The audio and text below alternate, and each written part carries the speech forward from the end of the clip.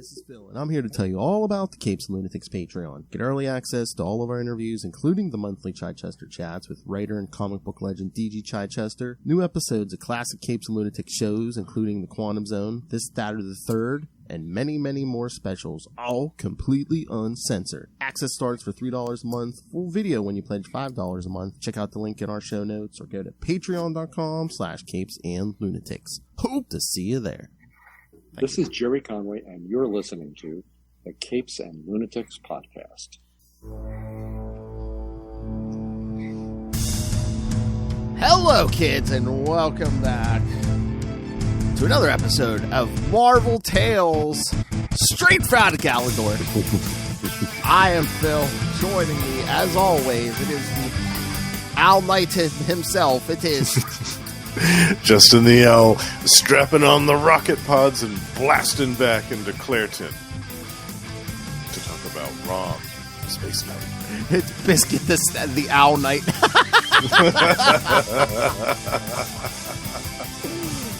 No biscuit is safe from my gaze. Oh, he's going to attack him with that neuralizer, yes. That's right, kids. Put us in our second week of ROM. We're going to cover ROMs 5, 6, 7, and 8. Once again, in celebration of Volume 1 of the Omnibus, or as we call it, the Romnibus coming out. The Romnibus, yep. And last time Justin had not received his, but this time, now he has it. Yes, I do. And I have the George Perez cover. That's right. He has the, the nice, the beautiful George Perez cover, and I have the equally talented, but the old Frank, your mother's a whore cover. Your mother's a Dire Wraith whore.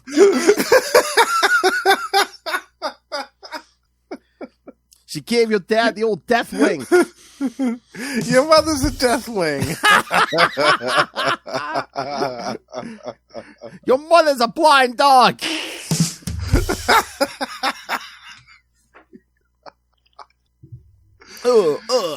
We're going to make a whole new series of Frank Miller drops this year. Oh, yeah. Oh no, wait till Smith-Tember. That's right, Kevin Smith, we're coming for you. All right. All right, so let me see. I believe I saw synopses for these. Oh, nice. I was going to ask if we had those today. Yeah. So I'm wondering, we talked about this before, but I'm wondering if they're going to try to squeeze ROM into current continuity, as they did with characters such as Conan in just a few years ago. Yeah. Although that's probably that's always a risky gamble, probably, because it's like, well, if the hires up decide to just let the rights lapse again, then you got to worry about can't reprint that stuff, or I don't know what kind of legal stuff you have to go through to. Mm-hmm. It was tricky because for a while I think that they were using the concept of the Space Knights, but they couldn't even mention Rom. They couldn't even say his name once. So I think that they wanted to kind of try to put a Space Knight or some type of character in Guardians of the Galaxy or some similar title. But I think that they just kept holding out hope that one day they'd be able to fully incorporate Rom into the grander mythos again. And I feel like now that they can do that, now they've got enough money because of the Disney stuff. They've got enough money that they can keep the rights for this going probably indefinitely, I would imagine. That's what I thought, but I thought they'd keep the rights to Conan. They kind of let that go after a while. So. No, you're right too. That was surprising. I don't know if it's just always they look at the numbers and they're just like, I'm sure this is exciting for everyone, but if they just look at the numbers and say, well, we're not making as much money, it's not worth it to pay for this license. If it's not, I don't know. I think what they're also banking on is the nostalgia factor. Because they know that people in our age bracket remember ROM from when we were younger. Yeah. And they're like, oh, wow, cool. There's an omnibus of ROM? Sure, I'll pick that up. But then, that might be enough to keep the interest peaked for future stuff as well, for adding it to the new series, the current stuff running. So I think that's another thing as well. They realize that we're of the age bracket where we can just kind of dish out money for omnibus left and right. But we would also potentially dish out some money for a trade paperback that had ROM in it in the Guardians of the Galaxy or in the Avengers or whatever. Yeah. Yeah, because cyborgs aren't popular. Well, he said, I'll be back, and he's back. Rom is back. Yeah. All right. Should we get to these issues? Yes. We've got a few good ones today. Issue 5 that kind of sort of somewhat has a tangential connection to a Marvel hero. Little brief cameo appearance. Exactly. Yeah. All right. Rom. Hold on. Oh, the screen is jumping. Rom number 5 from cover date 1980. Well, don't let me a little fasting last night. Cover date 1980. She was like, "This is on the on sale date." I'm like, "No, it's not. It's the cover date." I'm like, "How long have I been doing this? You don't know?" Check out We Are the Night episode, We Are the Night episode 167. Kids, coming on Tuesday. Oh, nice. Batman Teenage Mutant Ninja Turtles number 2. Oh, yeah. And also, I might add, working the way up to number 169. Oh, yes. Yes. It gets... that's a big milestone. It gets hairy, like a certain story about monkeys and animals, kids. Yeah.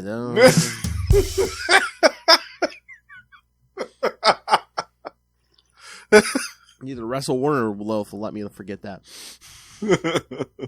Nom, nom, nom, nom. Where's the Joker nuggets? Where's the Joker nuggets? Wild like an animal. See, we can't forget the classics because with all the new ones, we kind of forget those old ones, That's true. He's cradling my nuts. Anyway. You gotta remember the classics, too. You know what? It's so funny because just listening to everyone's drops, Ray, Russell, I think you have the least gay drops. Which is funny. That is funny, yeah. Well, except for the Rod one. That's true. That's true. Well, I think if you add up the number of them, I think you probably have the least amount, You're probably right. I love that. It's me, your old pal, the Owl. I love Drunk Justin. All right, Rom number 5. Like I said, cover date April 1980. The release date was January 15th, 1980, Lilith.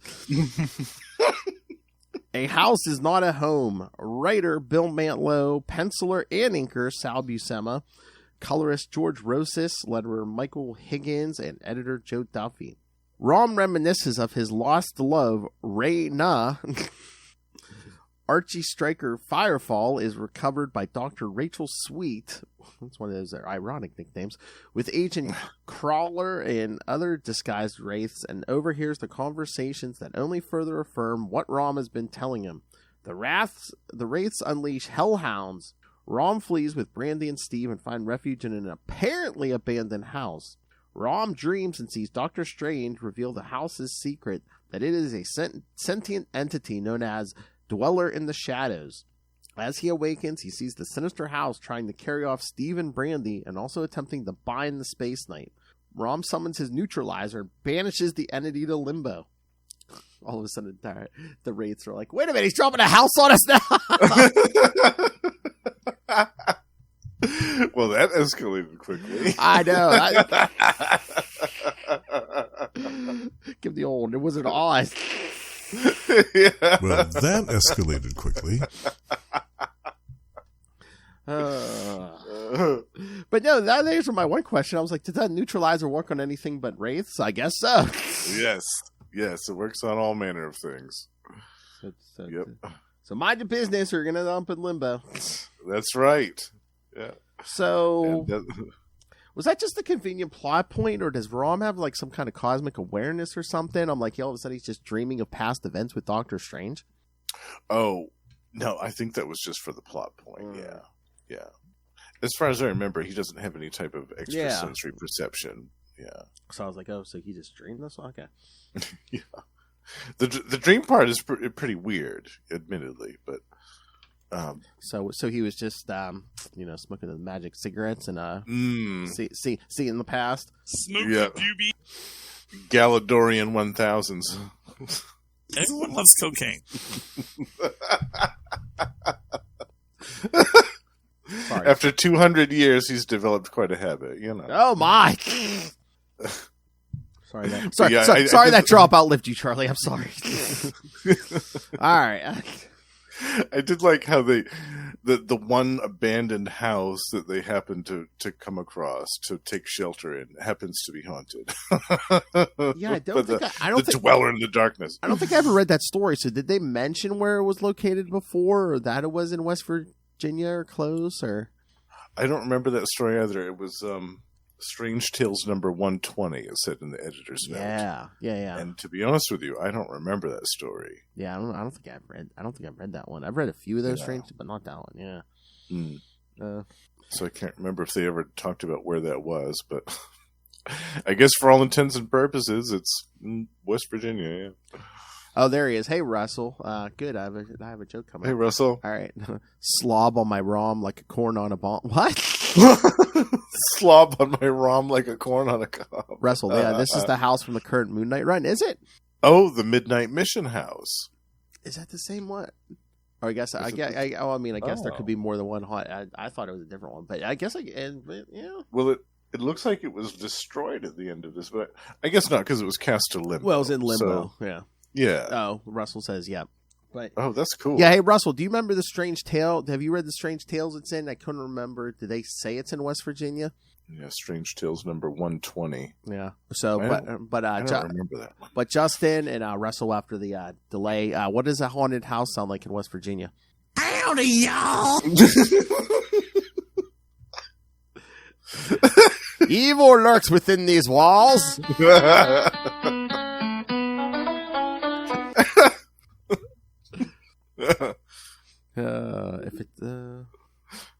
It says one of his favorites. I believe it was West Virginia. Well, I hope cool. it was. Yeah, because that's yeah.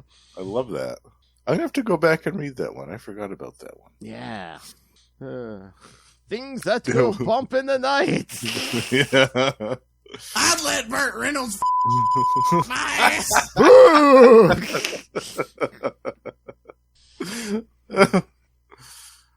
So yes, Rom dreams and sees the whole encounter Doctor Strange had with this house. Yeah.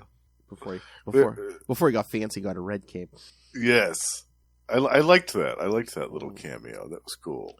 So, all right, I have a question for you, just randomly.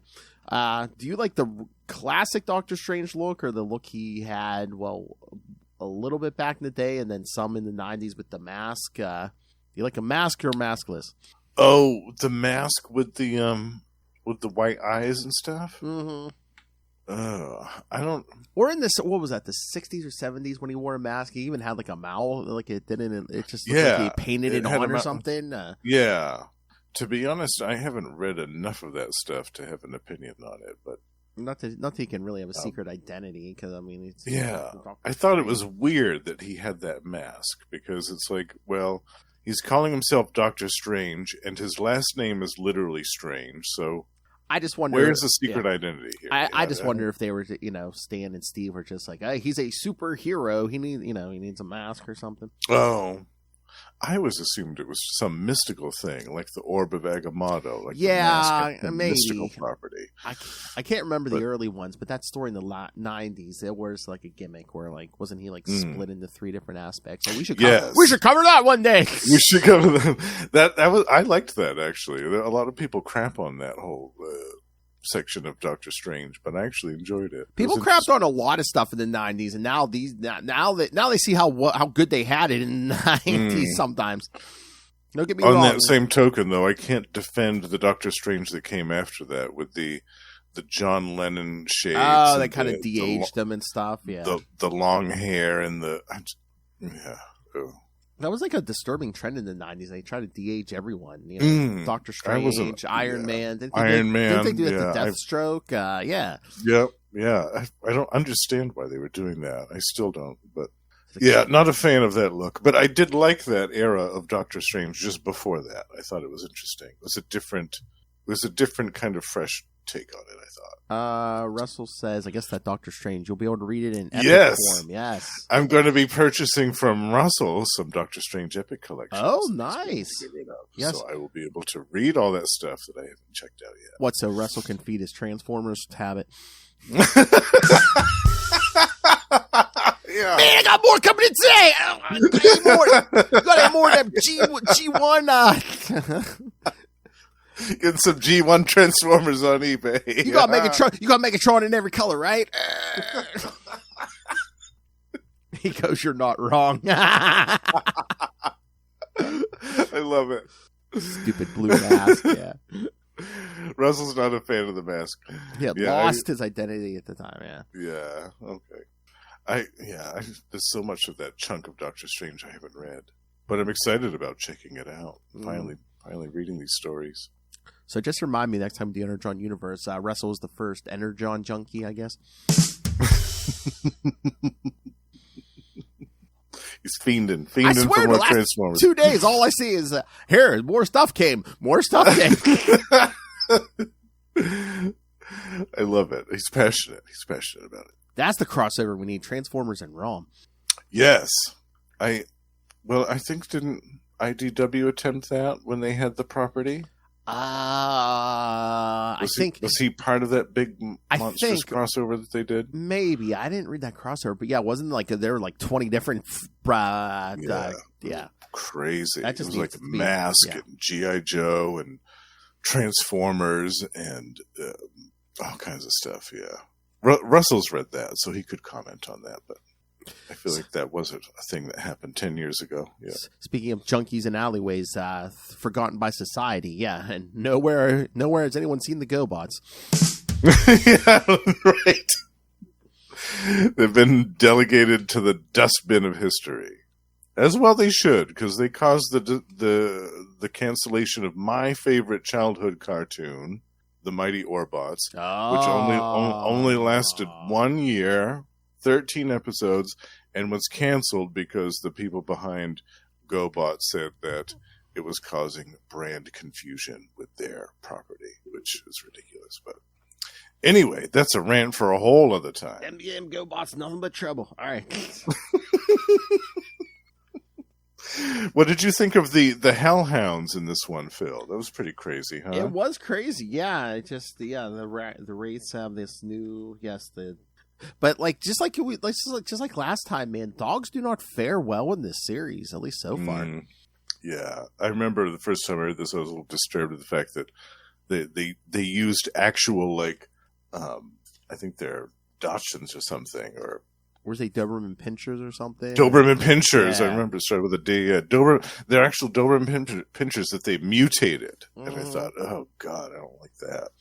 These Wraiths are nasty, man. If they're going to mutate innocent little dogs like that.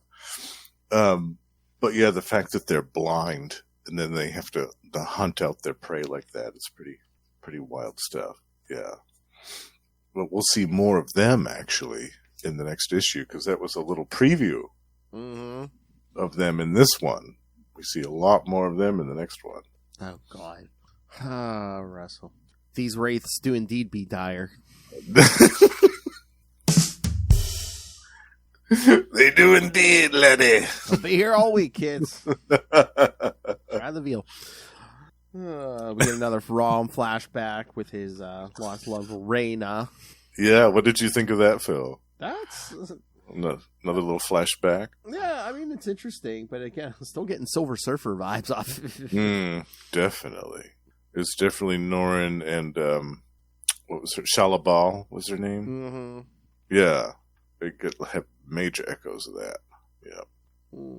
Even if it's I have a sacred duty to fulfill, but you're be giving up your humanity. Oh. Even if this war lasts for thousands of years and spans the endless voids of space, I promise our love will never die. Yeah. You'll come back. You'll come back to me, baby. You'll be old by then.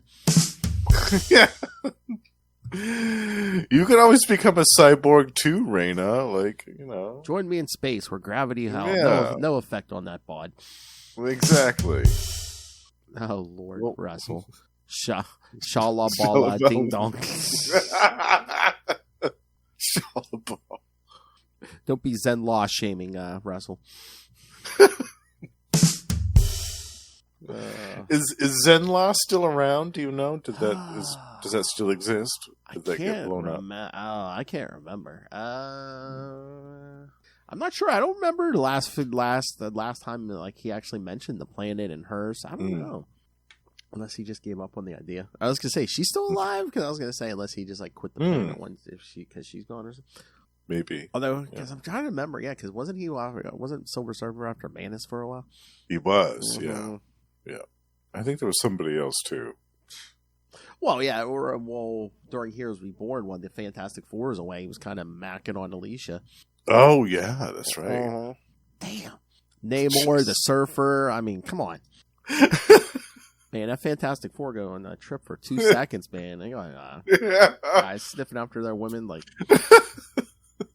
They're knocking the door down, trying to get in. My favorite biscuit. I mean, I like the fight. I like the whole thing with the house and stuff, but it almost seems like the actual confrontation between Rom and the house was pretty quick. It was quick, yeah. It was only like a page or two, right? Yeah. It's like trying to float Brandy and Steve away, and then all these spectral hands and stuff coming from the walls, and Rom's just blasting him with that neutralizer. I thought that was cool, yeah. It also presents a bit of a problem when you have a hero like Rom that has a weapon as powerful as the neutralizer that can pretty much get rid of any threat almost instantaneously. Yeah. So they almost have to kind of find a way in certain stories to separate him from the weapon so that he has to find some other way other than the neutralizer. Well, that's another thing too with doing stuff based on like a toy line or something. It's like, well, it comes with this weapon. It's like, I guess I'm stuck with this thing. Yeah, old Rom only had 3 gadgets. He's got the translator. Yep. The analyzer. The analyzer and the neutralizer. That's it. So funny. I thought you were killing those humans. Why would you think that? Well, you call it a neutralizer. Yeah. And they disappear. Piles of ash when they disappear. So it looks like they've been sufficiently neutralized. He's like, I'm no sorcerer. I'm just gonna blast you in the face. Yeah, I think later on, Doctor Strange and Rom do have like an actual interaction, like a real encounter. Oh, wait a minute. It said he blasted. He says, "Vanishes the rays of my neutralizer, banish you to whatever realm of shadows spawned you." So wait, so it doesn't. So he can control. Oh yeah, you're not going to limbo. You're going back wherever you came from. Or maybe he knew that the thing somehow was from limbo in the first place. Oh, maybe. Yeah, because I don't think he can choose where the neutralizer's beam sends the target. Mm-hmm. I mean, I did like that where it's like, finally Rom faces a threat that's not Dire Wraiths. I liked that too. Yeah, it was nice that they threw that in issue number 5, still in the first handful of issues in the series. Give it a little bit of a change. Wrestle. Silver Surfer reigning champion of No Nut November since the 60s. What are you talking about? I told you in the 90s he was trying to get Alicia to polish that chrome. Come on. He goes, they really passed the poor blind girl around, didn't they? Yeah, kind of. Well, Johnny thought he had her, but it was just a scroll. So yes. And Mr. Noel Tate, Rom Mania, yes. Rom Mania is back. Isn't there unease in that section of the world? Rom Mania. All right. Now. All right. So, any other thoughts on 5, or shall we get to? No, I'm happy that Russell confirmed that connection to Moon Knight because I had forgotten that was the same house. So that makes me even more happy about this issue. Mm-hmm. Yeah. All right. So now we get to Long to 6. For those of you who may say, what happened to Firefall? Well, Rom number 6, Dog Day Afternoon. From cover date May 1980, released February 19th, 1980. Lilith. Same. Oh, wait. I think it's the same team. Oh, letterer John Costanza this time. Costanza. Cool. Yes, Costanza. I said Costanza. Rom returns with Brandy and Steve secretly to Clareton. Rom hides in Steve's shop and powers down. Archie Striker Firefall remains in the hands of Wraiths at Project Safeguard. Agent Crawler is fed to a Deathwing by a High Wraith for his incompetence. Boy, sounds like the U.S. government. You're welcome, no. The Hellhounds track Rom to Steve's shop and attack. Rom's neutralizer is encased in an energy field by the Hellhounds. Rom defeats them, but in doing so absorbs too much energy, forcing his armor to shut down. Steve is left in a quandary as to what to do with the downed Space Knight. So, yes, I thought that was interesting. Yeah, Rom kind of gets overloaded. Yeah. Or at least his cyborg half. That armor. There's a cool little part in the beginning of this issue that foreshadows that when Steve and Brandy are talking about getting something to eat, and they're like, "Do you eat, Rom? Can you consume food?" And he says, "Well, not in the way that you can." He touches a light bulb and kind of drains the the power of the building for a little bit. And yeah, he's been hangry for 200 years. Yeah. And he says humans must pay for the power they need to live. Yeah, because he just like absorbs power from like a light bulb. Yeah. I love that. And the cool little part with the Dire Wraiths, the secret council meeting, and we see the first appearance of the Deathwing, which is really cool. Yeah. See, yeah. I found all this interesting in these issues with the Wraiths, because like I said, I hadn't really read the series. I thought they were basically just like monsters, or like, oh, we're going to conquer Earth. But you kind of see like a power structure and like almost like a society almost. Yes, very much so. Yeah. So they're a little more fleshed out than I thought they'd be. So. Yeah. Yeah, it's they actually have plans and strategies and actually, it's cool that they have magical powers. I always thought that was interesting. Mm-hmm. An interesting take on it. To have an alien race that uses sorcery, I thought was cool. Yeah. No, look, what's Rom's body must look like under there. So skinny. No hips on those guys. Yeah. You try to go 200 years without a solid meal, no? Then to shave off his hips so he'd fit in the armor. Yeah, then he goes into rest mode once again, thinking about Raina. Raina, yeah. Oh, Raina. They can eat whatever they want. Well, that's the thing. Can Rom even take that helmet off? I don't know. No. Oh, no. They can eat whatever they want. The Rom diet. Jeez. Oh, yeah, and then Steve's talking to his cop buddy, who he went to high school with. Who has a kind of a pivotal role to play in the next issue, too. Oh, yeah. Yeah. But then we see our old buddy, Archie Stryker. Archie Stryker! You gotta have the Peter Griffin voice, Archie Stryker. And the Wraiths pretty much not even hiding their involvement anymore. They're like, yeah, humor. Yeah, we lied to you. What are you gonna do about it, Archie? Because they got him strung up. I don't know if he can even move because that armor's all messed up.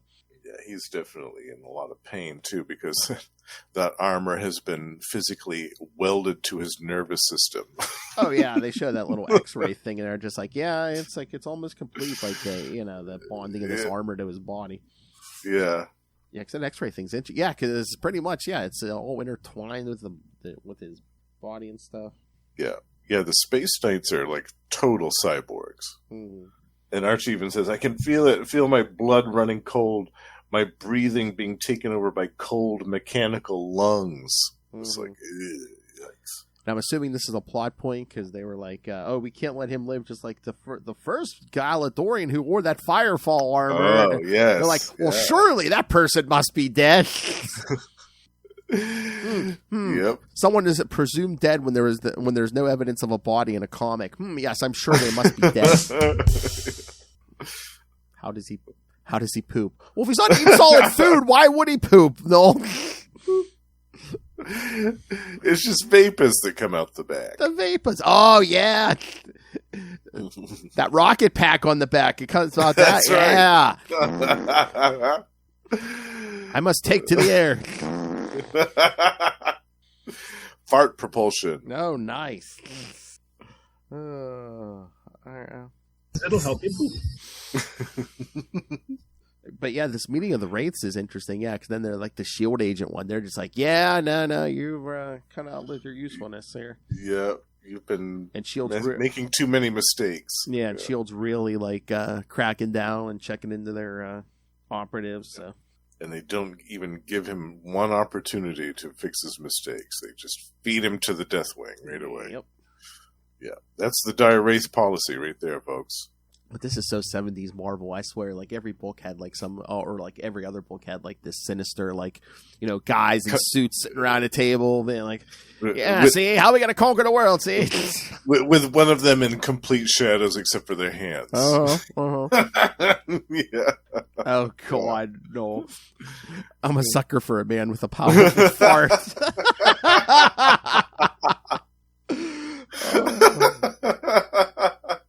I'm a sucker for a guy with a powerful rod.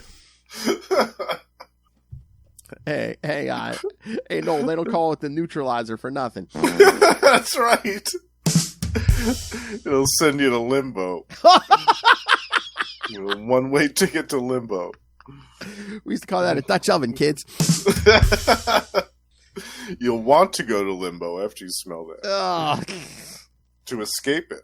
But yeah, then we see those bloodhounds or hellhounds are back, and they can transform into like hooded figures almost. Yeah.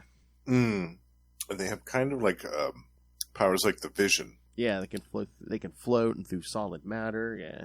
And they use that against Rom. They kind of phase their claws through him. Yeah, and that's when they kind of do the thing they show where the Wraiths take actual dogs and yeah, they're corrupted by the demonic designs of the Wraith sorceress scientist Dr. Dialdus. Yeah. So yeah, this is like you were saying. He starts to zap him with that neutralizer, and they make him drop it, and that's when they put it in the force field. Yeah, and I liked that too. That even the Hellhounds have sorceress abilities, even though they're just kind of trackers and tracking hounds. They still have powers that are even enough to take Rom's. Jesus, Noel. It's like Stella holding shit all day. That force field is the worst thing imaginable. Imagine a Rom hoarded it in, man. You were traveling in space. You might have to hold that for a while, man. 200 years. At least they get to the next planet. Jeez. Yeah. In space, no one can hear you shat. They might be able to smell it, though. No, 200 years. Yes, 200 years. Yeah. That's how Rom's been flying around in that suit. And I love when these Wraiths, the Hellhounds, like throw the tires at Rom. Yeah. He's like, they must know that these rings made of some synthetic substance cannot harm my armored form. But yeah, that's interesting. Yeah, Rom picks up a whole car and whips it at him. Yeah, and I like that Steve actually helped Rom in this, because before this, Steve had obviously had a pretty antagonistic attitude towards Rom, but yep, he actually recognized the greater threat here, which was nice. Yeah, well, one of them comes after Steve. He's like, well, right, not much he can do about that except to fight back. He's like, they are kind of dogs. He's like, animals are afraid of fire, so he douses the one with gas from a pump and then just lights them on fire. He's like, now to flick my bick, he says, as he throws it at the lighter at the Hellhound. Whoa. That advertising campaign must have just started. No, I never trust anyone named Steve. How dare you, Captain America, Steve? That's right. And then Rom wraps the other one up in that electrical wire and zaps it. Yeah, throws him in the water. But then Rom's and then collapses. Yeah, he's absorbed too much current. Overloading. Yeah. This is a great issue. Great action. Yeah. Great fight with the Hellhounds. Great intrigue with the Dire Wraiths' secret inner council and stuff. Yeah. I love Steve. Not, oh no, are you okay? It's what am I going to do with a dying alien? He weighs 2 tons. I can't even move him. Oh no! Oh, is it the next issue we find out how much Rom weighs with that armor and everything? Yeah, yeah, I think so. Yeah. All right. So, what you think of this one?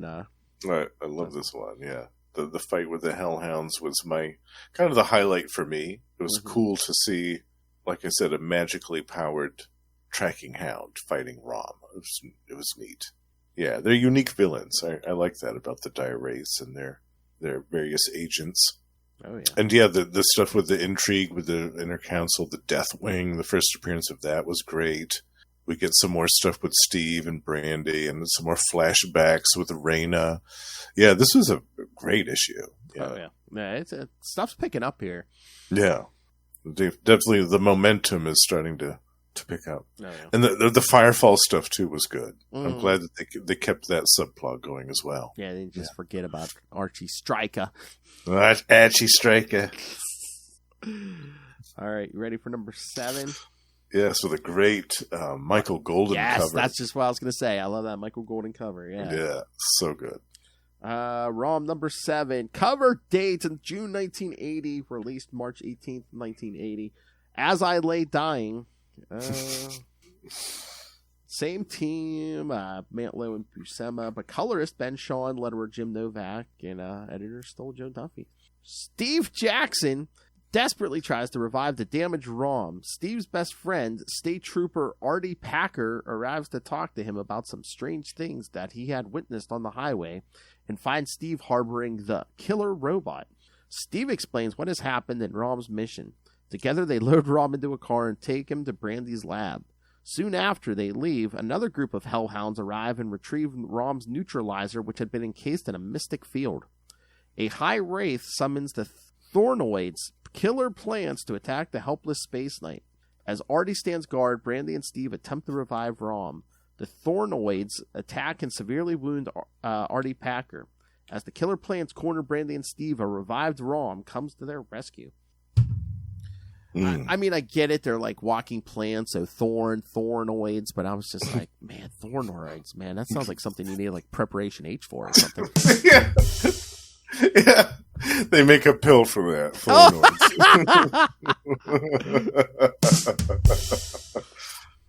Over the counter. Yeah. The greatest menace to humankind, the Thornoids. Thornoids. You'll never sit again. Ha ha. But that's a funny first page where, like, Steve basically sounds like using a welding torch on Rom. Yeah. He's got him up on a lift, like he'd put a truck up on to do work on it. Yeah. But that's funny when Steve's cop friend comes in and he's like telling him a whole story. He's like, "You're nuts." He's like, "Well, go look under that sheet." And that way, one of the Hellhounds is under there. Yeah, the dead Hellhound. He's like, "What is that thing?"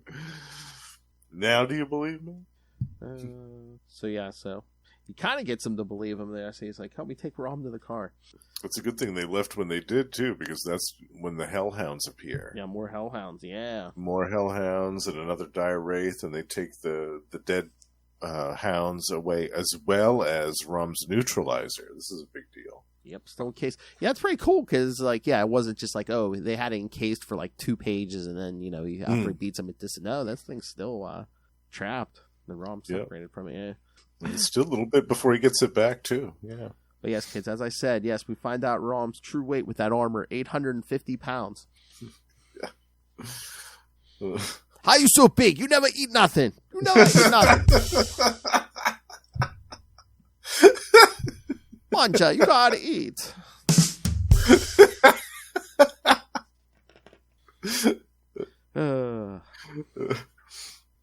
We have a bunch of great full page spreads in this issue too, Phil. We've got one. Yeah, because like it's almost like chapters almost, because at the top of some of these pages, you have like almost like titles. Yeah. But there's no chapter numbers. It's weird. Yeah, because on the page 1 it was As I Lay Dying. Then as they're wheeling Rom into the hospital, it's Alien Seed. Alien Seed. Yeah, and then a few pages later, Greater Love Hath No Man, as the Thornoids attack. Mm-hmm. I liked that too, because I don't think we saw that in the other issues where they were separated into chapters, mini chapters like that. It was cool. And I think like that, whatever page that, the Alien Seed page, I think that's like the greatest like portrayal we've seen of like how much bigger Rom is than like the average human. Yeah, definitely. That it was kind of like an overhead shot of him being just wheeled down there. Oh yeah, we also get Sister Sweet, and of course the shadowy fate, the the shadowy figure. Yes. Who's behind the Thornoids? Yeah. Yes. And his crystal ball. Yeah. Oh yes, you had to have a crystal ball back in those days. Oh yeah, if you're magic, If you were, if you're a magic villain who secretly schemed from the shadows, you had to have a crystal ball too. It was a prerequisite. Oh yeah. I liked the fact too that the Thornoids, instead of being just, the typical green plants, they weren't just a regular shade of green. They were like almost like a magenta color. That was cool. They definitely look like they're some vegetation from an alien world. And it almost looks like there's blood coming out of them when Rom rips them apart, too. I know. But yeah, the cold works. Yeah, Rom lowers his armor. Again, Steve's like, here, I'm going to get into this. Yeah, pulls that fire extinguisher off the wall. Yeah.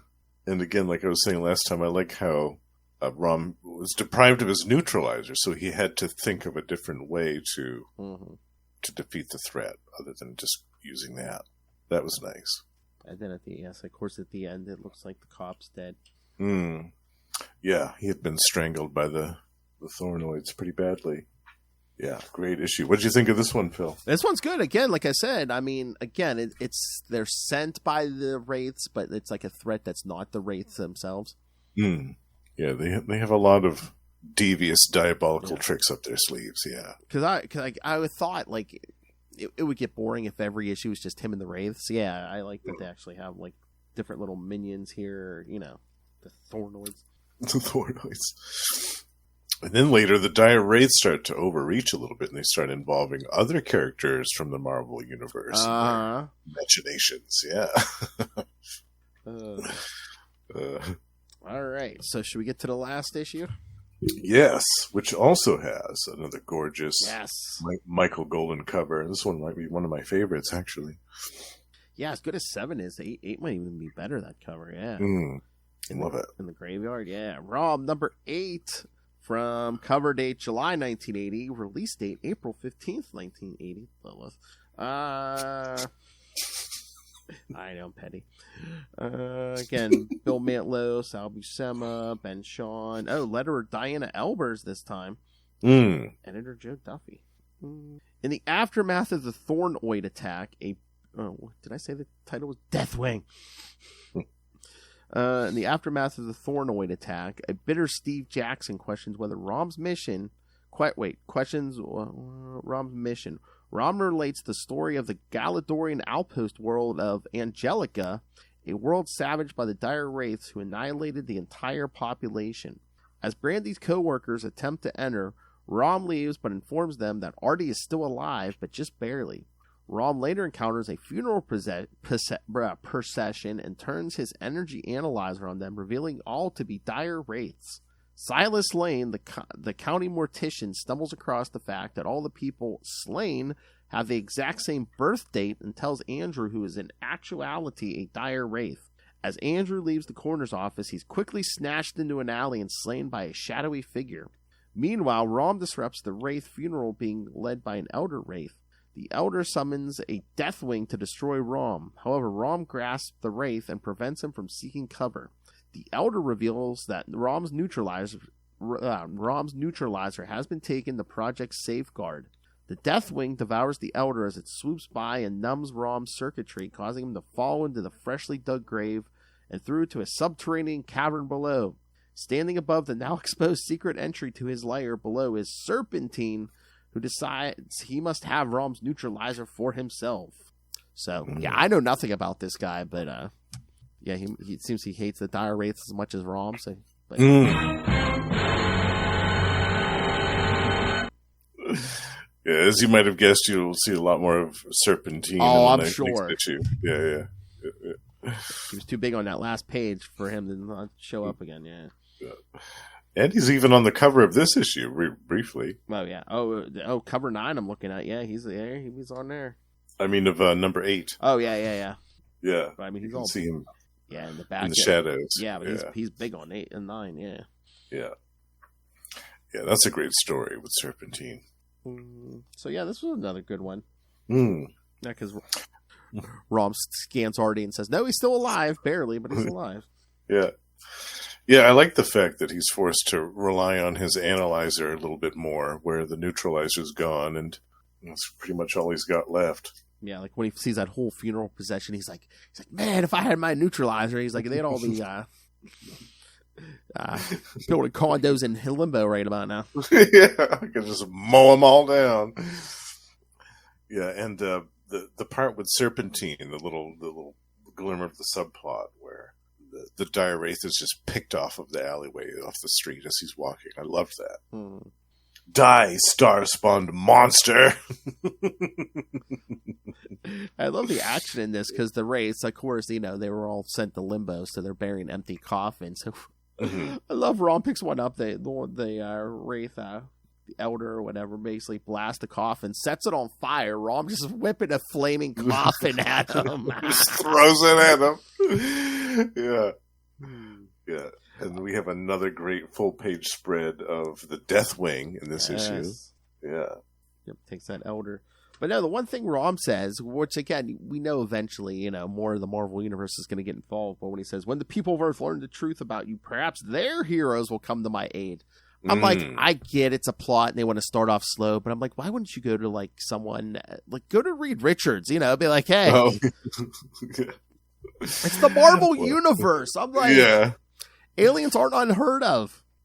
Well, I think at this point, he didn't even know who Reed Richards was. I guess, but you think Brandy or someone would be, or Steve would be like, you know what, why don't we go to Reed Richards? Not only is he like one of the smartest guys on the planet, he's dealt with shape-shifting aliens before.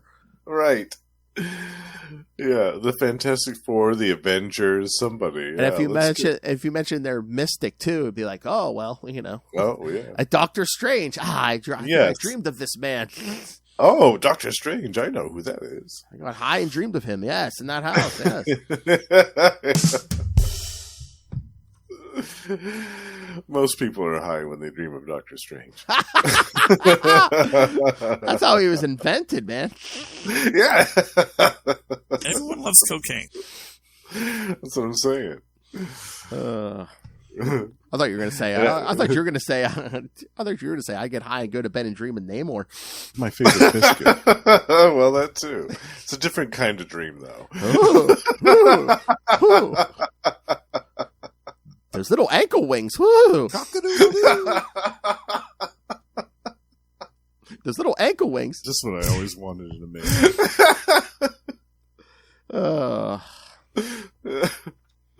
Love that green Speedo. Oh my! Yeah, I love the part in this issue where Rom has the Elder by the throat, and the Elder Dire Wraiths just keeps changing into all these different forms. Yeah. trying to get free. You will learn nothing from me, Rom. Nothing. Damn, Rom just holds them up, wait, and let that Deathwing take a hold of them. Yeah.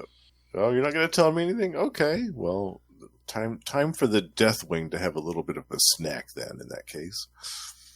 Yeah, I love that Elder. Let me reverse the incantation before it's too late. And Rom's like, for a last it's already too late.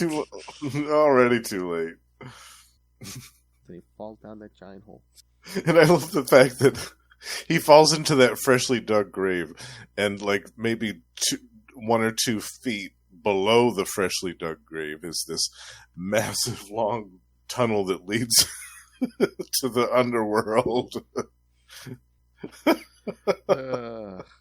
It's like if that cemetery caretaker had just put his back into a little bit more, he might have gone hurtling down the tunnel into a pit to the subterranean realm. I know. Oh, they could have had a mole man next issue. Mole man, yeah. Missed opportunity. I just wonder if maybe they don't want to do like any big villains before they actually introduce like the first. Not that I know anything. Yeah. We do get some other Marvel villains though in this series, which is nice. It's not all just Dire Wraiths. We do get some other ones, so that's nice. Oh yeah, I was in it did I see by 16 or 17 that the X-Men show up? Yep. And that's a new villain too, as well, that they face in that story. Oh nice. I mean, maybe. Oh, okay. I just basically just cracked open to a page, and all of a sudden I see Awesome Android and Mad Thinker. Oh yeah. Yep. We also see Jack of Hearts later on. Oh, of course. Yeah. If you're any kind of cosmic like character with your own book, Jack of Hearts has to make an appearance. Yes, especially at this point in time, Oh, in the early 80s. Yeah. Jack of Hearts was everywhere then. Even in the 90s, he made an appearance in Quasar. He made an appearance here.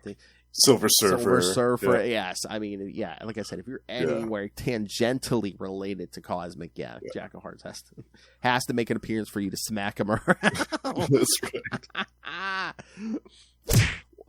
Oh well, you guys are reading. You and Russell are reading the latest She-Hulk stuff. He's there now. Yeah, he's the new romantic interest for She-Hulk. Yeah, I love that. Yeah, it's cool to see that side of him in that series. It's nice. Mm-hmm. Oh, speaking of She-Hulk, there I opened up an ad on one of those letters pages. Yeah. Oh, nice. Yeah. The original series. You know what? I got that omnibus. Yeah, you were saying that. Because the original series, it's just one omnibus because there's only 25 issues. Yeah. Right. Oh, and there was a Marvel 2-in-1 in there too. So. Oh, nice. Yeah, that's a good series. I love that one. That issue with the man elephant cracks me up every time. I love it. I absolutely love it. Yeah, there's some other stuff we should cover. Like, I'll save the Savage She-Hulk stuff for you and Russell. But do you ever read the original Jessica Drew stuff? Oh, the original Spider-Woman. Yeah. I have read some of that, but not all of it. That's good. So that would be fun to cover. Because there's a bunch of different people in there. I mean, Grunwald even had like a short run on that book. That's true. Senti at the end. Yeah. Yeah. Claremont was on that, I think, for a while. Because like a few years ago, I actually tracked down like the black and white reprints. You know, they did was it Essential? You know, volumes. Yeah. I got because there was 2 volumes of that. You know, so I got. Yeah, that's how I read the first Moon Knight series originally. Me too. I got the first one of the Moon Knight. Yeah. Yeah, because I was too poor back then to go back and buy all the back issues. I mean, they were nice back in the day. I mean, it was black and white, but I mean, that's how I read the first couple of years of Amazing Spider-Man with those. Before the apps kids. Yeah. Yeah. They had and some of those stories look good in black and white too, especially the Moon Knight ones and some of those Spider-Man ones. Like those look good in black and white. Yeah. I think I got the first volume of the Hulk one. Yeah. Nice. So I read all those Toad Men and Metal Master stuff.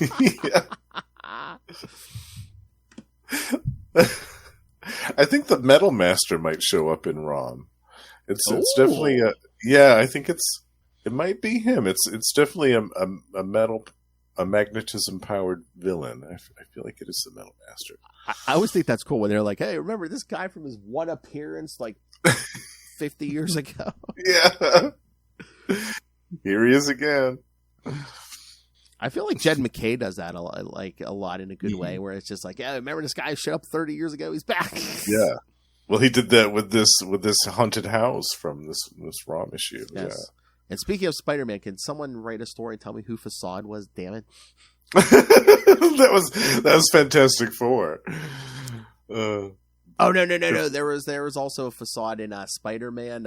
It was like there was an armored. Yeah, it was like was it 3 issues of Web of Spider-Man. It was like right before the Clone Saga, and it was a big mystery. They gave you a bunch of suspects, but they never revealed. They never revealed who Facade was, and it was written by Terry Kavanagh, and like a couple years back, Ray had me on. Me and him talked to. Terry Kavanagh and Howard Mackey. And I said, Terry, I cannot sleep tonight if you don't tell me. I'm like, who was Facade? And he's like, I can't remember. I was like, ah. Oh. I think I remember, now that I'm thinking about it, he was in armor, right? Yes. It was like a green armor with purple visor. And, yeah, I think I can picture that now, yeah. And the suspects were some like rich guy they made up. It was like John Jameson. Oh. There's a couple, so but they never revealed who it was because, like, the armor got trashed, but whoever was in there got away, and it was just like, that's great. But yeah, the writer who wrote it don't really remember who it is. So I was like, oh. I love it. That'd be another good one to revisit, like they've been doing with these 90s miniseries lately. Yeah. I mean, they did it with the Hobgoblin. I mean, come on, Russell backed me up. You know, after they revealed, it's Ned Leeds, and then like a couple years later, they come out with Hobgoblin Lives. It's like, no. Yeah, just kidding. It wasn't Ned Leeds. That wasn't Roger Stern's plan. All right. Anything else, Justin? No, I think Yeah, what did you think of these, Phil? Where this was your first time reading these? Did you? I liked them because, like I said, I wasn't sure around the first or second issue, but the story, the action, everything keeps escalating. So I'm like, okay, man, yeah, I'm here for this. I'm gonna nice, yeah. We should keep going on this at some point and do the next handful of issues. Oh yeah, and like I said, the Dire Wraiths were more than I thought they were. So oh yeah, we haven't even seen the nastiest of them yet. Mm-hmm. Yeah. All right. It's time to drop the good news, bad news on these people. All right, kids. First, the bad news. All right. In the month of March, you will get no Marvel Tales. But the good news is you'll get every week we'll get an episode of X-Men Classics. And again, to celebrate Wolverine's 50th anniversary, yes, every episode in March will be a Wolverine episode. That's right. Handpicked by your team here at the Marvel Tales. And we've picked some good ones, too. Well, yes. The first week we're going to cover Wolverine Origin or Origin. On the app it says Wolverine The Origins. I don't know what to call it, but yeah. Wolverine That's the 6-issue miniseries, yes, right? Yes, where we actually reveal, his origin, his real name, and yes. Then week 2, Marvel Comics presents 72 through 84. Yes, kids, the Weapon X story. Pretty much the only... I think one of the, if not the only storyline they ever collected for Marvel Comics Presents, because yes, because I do have that in trade. I don't have the issues, but I have it in trade. Yeah, it's a great story. Wish I would have picked those up back. All right, and then week 3 we'll cover Wolverine 17 through 20, and then the wrap up March will cover Wolverine 21 through 23. Which is one of my picks. Those two are one of my favorite Wolverine stories, done by Mr. John Byrne. Yes, from the first ongoing series. Yes. Yeah. But don't worry, kids. We'll be back. We'll be back in a big way in April. That's right. With a bunch starting Phil's birthday month. Yes, Justin has picked a lot of good stories for my birthday month. So stay tuned. Again, lots of good big stuff coming. I mean, Atlantis attacks this summer. Yes. Yeah, I'm so excited for that. And we have some Tigra coming up soon. Oh, yeah. Some Tigra. Hellcat. Some Hellcat. That'll be May, yeah. Yeah. We may have a special guest for one or two of those episodes, possibly. The High Priest of Khonshu, Ray, might be joining us for a couple of those. Yes. It's a Tigra. I'm surprised he doesn't do a Tigra. I'm surprised he doesn't do a Tigra podcast, yes. Luckily that Marvel Snap slowed him down. What the F?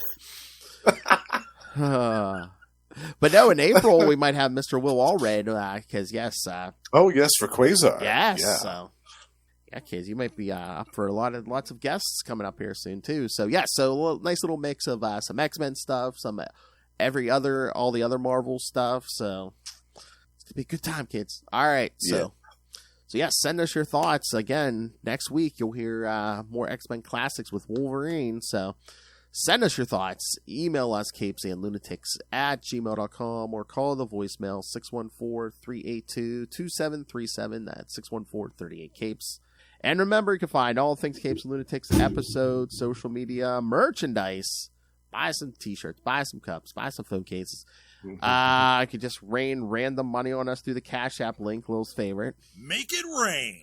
Make it rain. Make it rain. As Mr. Southgate says, make it rain. And, of course, the Patreon, where, again, we promised it's getting wilder and crazy over there. The February episode, Lilith and I put it on the calendar today. Yes, we're going to talk those AVN awards. Ooh, nice. And then I think she just said it last night, the March episode, we may be doing some little Hellfire conspiracy theories. So, I like that. Yeah, there we go. So yes, kids, the Capes and Lunatics Patreon, which again I promised that I have rebranded it. It is Capes and Lunatics Plus. So. I love that. So sign up now, kids, because like them damn Dire Wraiths, that Patreon is getting more vicious and brutal than ever. So find it all at tubespace.io/CapesandLunatics Podcast Network. That's tubespace.io/CapesandLunatics Podcast Network. I'm going to eat this up with a fork and spoon. All right. Now to Justin the Owl Knight. You can find him in this time slot every week, either doing Marvel Tales or X-Men Classics with me. You can find them over on Capes and Lunatics Sidekicks, doing Electric Mullet twice, so 2 to 3 times a month with me and Tyler Patrick. And you can catch them once a month at the end of every month on We Are the Night, the Batman Podcast. Talking Azrael, and then with me, Justin and Russell, and then me, Justin and Russell. Also do Energon Universe, where, me, Justin, and that Energon junkie Russell talk all things the new Transformers and G.I. Joe content coming out of Image. So, but that is not all, because the new king of podcasting does more. So, Justin, tell them where else they can find you. You can also find me on Gamma Charge, the strongest podcast there is, with my pal Russell, where we talk about the Incredible Hulk and the Sensational She-Hulk 3 times a month. And we also have a Patreon, so do check that out if you're so inclined. We have bonus episodes on there and all kinds of fun stuff. And also, we are joined by the aforementioned High Priest of Khonshu Ray himself, twice a month on Predator and Prey, the Yucha podcast, where we talk about Fox's Predator in the new Marvel comics and the classic Dark Horse comics.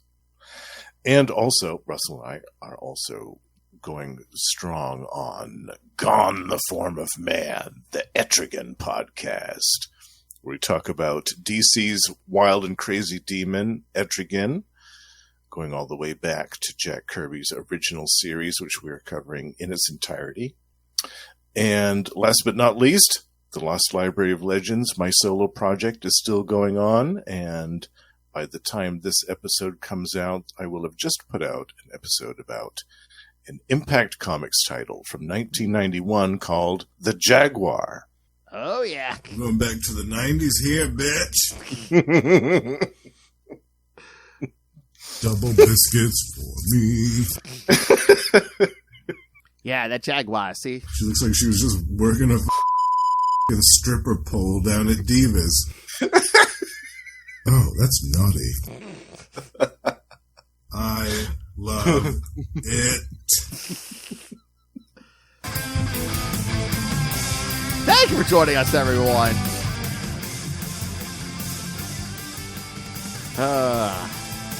Send in your ROM thoughts. Send That's in right. your ROM recollections. Don't just be sitting there in limbo. Send us your feedback. Yes. I might even have a prize for you. Send in some That's damn right. feedback.